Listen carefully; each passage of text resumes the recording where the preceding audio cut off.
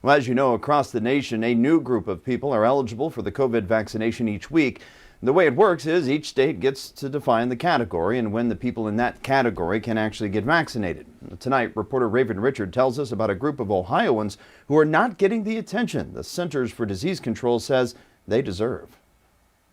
The CDC considers homeless shelters a congregate setting similar to nursing homes, meaning it's a top priority for vaccines. But the state of Ohio doesn't see it that way. Josh Spring, executive director of the Greater Cincinnati Homeless Coalition, says the topic of vaccinations have been constant conversation and how to get it to people experiencing homelessness. Places where you can't necessarily sleep 6 feet away from another person, where everybody shares the same restrooms, eats in the same locations. The state of Ohio has decided different from the CDC. The CDC's Advisory Committee on Immunization Practices considers staff at homeless shelters to be essential workers.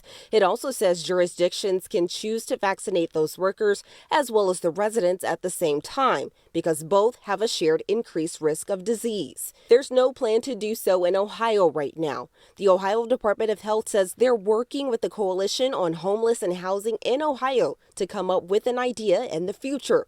And locally, I know that many health departments, including Hamilton County Public Health and the Cincinnati Health Department, have brought this issue up with Governor DeWine's office as well as the Ohio Department of Health. They should have their own tier. It should be available to them. Brian Vanderhorst, Chief Operating Officer for the Cincinnati Health Network, says the organization receives close to 100 doses a week.